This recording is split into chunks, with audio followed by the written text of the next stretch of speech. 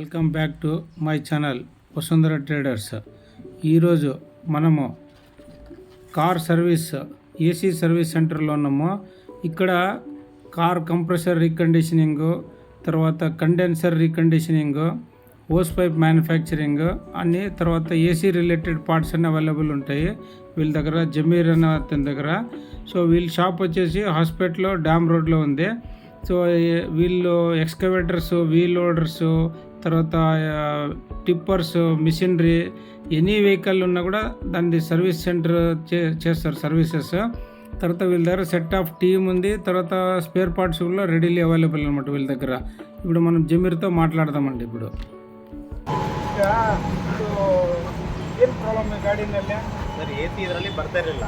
Okay okay. ಇದರಲ್ಲಿ ನಂದು check ಮಾಡಿದ್ರೆ ಲೀಕೇಜ್ ಇತ್ತು. ಓಕೆ. ಒಂದು ಪಾರ್ಟ್ ಹೋಗಿತ್ತು, ಪಾರ್ಟ್ ಚೇಂಜ್ ಮಾಡಿದ್ದೇವೆ. Okay okay.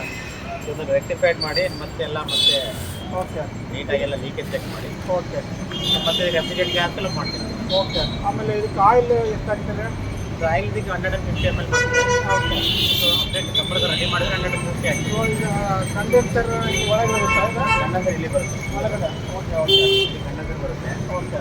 ಸೊ ಇಲ್ಲಿ ಕಂಪ್ರೆಸರ್ ಬರುತ್ತೆ. Okay okay okay. ಇದೇನಿದೆ ಪೈಪ್ ಇದೆ? ಇದು charging port sir. Charging port. ಇಲ್ಲಿಂದನೇ ಗ್ಯಾಸ್ ಒಳಗಡೆ ಹೋಗುತ್ತೆ. Okay okay. ಇದು ಎರಡು ಏನು ಗೇಜಸ್ ಇದು? ಸೊ ಇದು ಲೋ ಪ್ರೆಷರ್ ಗೇಜ್, ಇದು high pressure gauge. Oh, red ಇರೋದು ಹೈ ಪ್ರೆಷರ್ ಅದು. ರೆಡ್ ಇರೋದು ಹೈ ಪ್ರೆಷರ್. ಹಾಂ. ಎಲ್ಲೋ ಇರೋದು? ಇದು ಎಲ್ಲೋ ಇರೋದು ಅದಕ್ಕೆ ಚಾರ್ಜಿಂಗ್ ನಾವು ಪೋರ್ಟ್ ಅದಕ್ಕೆ ಕನೆಕ್ಟ್ ಮಾಡ್ತೀವಿ. Okay okay okay. సో రెడ్డింది ఏనాగತ್ತೆ యూనిట్లో ಏನೋ డిఫెక్ట్ ఓకే. ಇದೆ. ఓకే. ఇప్పుడు మనం చూడొచ్చు ఇక్కడ కార్ ఏసీ వర్కింగ్ డయాగ్రామ్ అనమాట. ఇది కార్ కావచ్చు, ఒక ట్రక్ కావచ్చు, ఎక్స్కవేటర్ కావచ్చు, సిస్టమ్ ఒకటే అనమాట. దీంట్లో వచ్చేసి 4 మెయిన్ పార్ట్స్ ఉంటాయి అనమాట.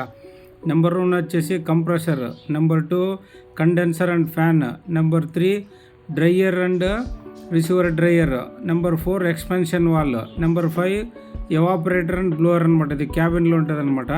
సో అండ్ కూలింగ్ కాయిల్ అని కూడా అనేస్తారనమాట. సో దీంట్లో వచ్చేసి హై ప్రెషర్ సైడ్ గ్యాస్ వచ్చేసి కంప్రెషర్ నుంచి పంపింగ్ చేసి కండెన్సర్కి ఇస్తుంది. కండెన్సర్లో కూల్ చేసి అది కండెన్సర్ ఇన్లెట్ వచ్చి అవుట్లెట్ వచ్చే లోపలగా గ్యాస్ ఉండేది లిక్విడ్ ఫార్మ్ అవుతుంది అనమాట. సో కండెన్సర్లో నుంచి బయటకు వచ్చేటప్పుడు లిక్విడ్ ఏంటది బిఫోర్ 70 డిగ్రీ ఉంటుంది, బయట వచ్చినప్పుడు 50 డిగ్రీ అవుతుంది అనమాట. సో అక్కడి నుంచి వచ్చేసిందే. నెక్స్ట్ ఇక్కడ మనం చూడొచ్చు రిసీవర్ డ్రైయర్కి వస్తుంది అనమాట. Receiver dryer is nothing but filter అనమాట.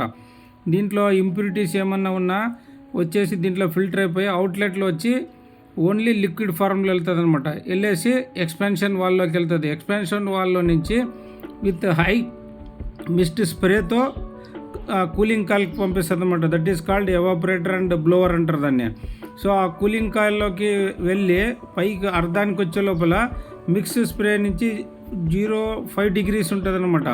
నెక్స్ట్ మళ్ళీ అది అవుట్లెట్ నుంచి ఇన్లెట్కి పైకి వచ్చే లోపల మళ్ళీ అది 20 degree అవుతుంది అనమాట. అంటే హై ప్రెషర్ సైడ్ గ్యాస్ని లిక్విడ్ ఫార్మ్ చేస్తుంది.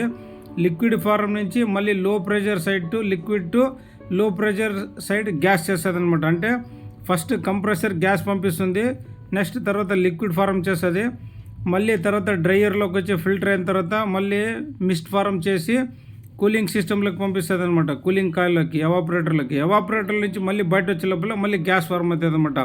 ది ఎంటైర్ ప్రాసెస్ దీన్ని ఏమంటారంటే ఏసీ కూలింగ్ సిస్టమ్ అనమాట. ఇది ఈ డయాగ్రామ్లో ఈ మాదిరి వర్క్ అవుతుంది అనమాట. ఎనీ వెహికల్లో కండెన్సర్ వర్క్ చేయలేదన్నా కూడా మనకి లోపల హీట్ ఉంటుందన్నమాట. కూలింగ్ ఎఫిషియన్సీ తగ్గిపోద్ది. కంప్రెషర్ వర్క్ చేయకుండా కూడా మనకి అదే ప్రాబ్లం ఉంటుంది. కండెన్సర్ పని చేయకుండా మనకి లోపల హీట్ అనిపిస్తుంది అనమాట. So AC is a nothing but and a system of controlling the humidity, ventilation and temperature in a car అనమాట. అంటే మనము లోపల కూర్చున్నప్పుడు బయట వేడి ఉంటుంది, లోపల కూడా అదే వేడి ఉంటుంది అనమాట. ఆ హీట్ని బయటకి వేసేదే ఈ కండెన్సర్ అండ్ ఫ్యాన్ వర్క్ అనమాట. సో దీంట్లో కూలింగ్ కాయిల్ నుంచి ఆపరేట్ చేసి బయట వచ్చేటప్పుడు గ్యాస్ ఫారంలో వచ్చి గ్యాస్ ఫారం నుంచి లిక్విడ్ అవుతుంది, లిక్విడ్ నుంచి మళ్ళీ గ్యాస్ అయ్యి ఎంటైర్ సిస్టంలో ఈ సైకిల్ కంటిన్యూస్గా రన్ అవుతుంది అనమాట. దీంట్లో మనకి కూలింగ్ కాయిల్ పక్కన ఒకటి ఫిల్టర్ ఇచ్చింటారు అనమాట. ఆ ఫిల్టర్ ఏదంటే మైక్రాన్ ఫిల్టర్ అనమాట. మనకి బయట అట్మాస్ఫియర్ నుంచి వచ్చే డస్ట్ గాలికి ఫిల్టర్లో వచ్చి డస్ట్ అంతా కూర్చొని మనకి ఏసీ ఎఫిషియన్సీ తగ్గిపోతుంది అనమాట. ఇప్పుడు మనం చూడొచ్చు ఇక్కడ గ్యాస్ ఫిల్ చేసేకి ఒకటి హాట్ లైన్, ఒకటి రెడ్ లైన్, ఒకటి ఎల్లో లైన్ ఉంది. మనము ఏసీలో ఎయిర్ కండిషన్కి రిఫ్రిజరెంట్ 134A యూజ్ చేసామన్నమాట. ఎందుకంటే in most of the cars on the road today 4134A refrigerant makes the AC system blow cool on hot days అన్నమాట. అంటే 4134A is the best system for AC gas filling అనమాట. So మనకి బయట hot ఉంటే లోపల కూడా వేడిగా ఉంటుందన్నమాట.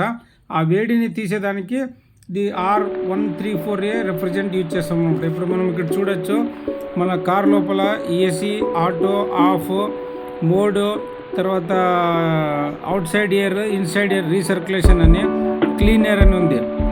సో మన వెహికల్ ఎప్పుడైతే మనం స్టార్ట్ చేసినప్పుడు ఏసీ ఆన్ అవుతుంది. ఏసీ ఆన్లో ఆటో మనం ప్రెస్ చేసినప్పుడు బ్లూ లైన్లో పెట్టుకున్నప్పుడు ఈ బ్లూ మార్క్లో ఉన్నప్పుడు కూల్గా ఉంటుంది. మనకి ఇప్పుడు చలికాలంలో ఏం చేస్తామంటే మనకి బయట అట్మాస్ఫియర్ చలిగా ఉంటుంది, లోపల వెచ్చకావాలన్నప్పుడు రెడ్ లైన్కి తిప్పినప్పుడు ఇక్కడ టెంపరేచర్ ఏమవుతుందంటే హాట్ వస్తుంది అనమాట. డైరెక్ట్ ఇంజిన్ నుంచి వచ్చే హీట్ గాలినే లోపల తీసుకుంటుంది అనమాట.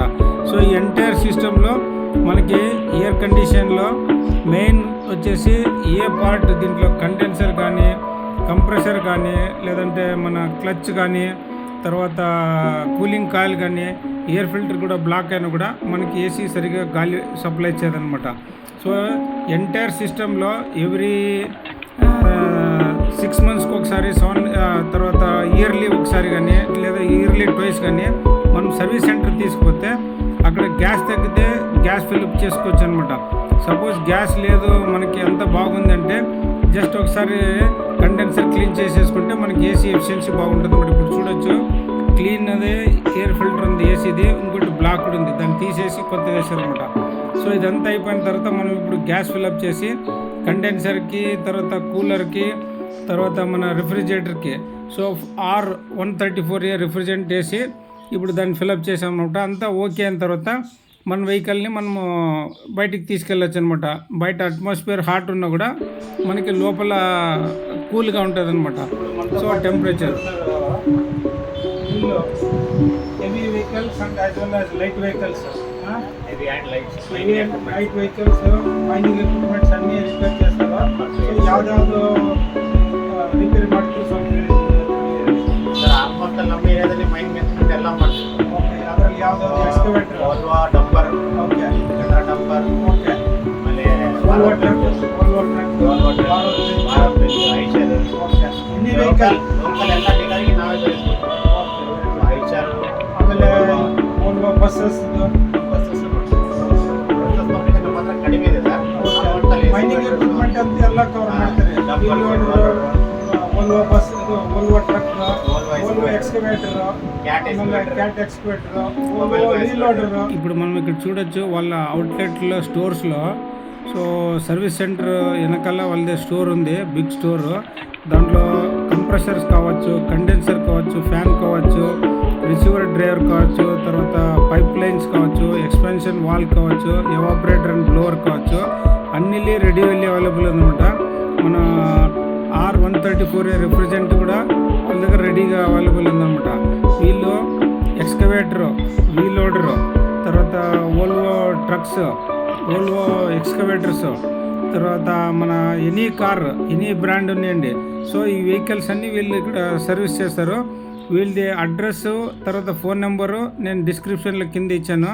ఇక్కడ మీరు చూడొచ్చు all types of electrical wirings కానీ, కంప్రెషర్ కనెక్టెడ్, తర్వాత ఓసెస్ కానీ, తర్వాత హై ప్రెషర్ పైప్ లైన్స్ కానీ అన్నీ రెడీలీ అవైలబుల్ అనమాట. సో వీళ్ళది సెట్ ఆఫ్ టీమే ఉంది, ఫాస్ట్ సర్వీస్ కూడా ఉంది. సో ఈ వీడియో కనుక నచ్చితే like, share and subscribe. Thank you.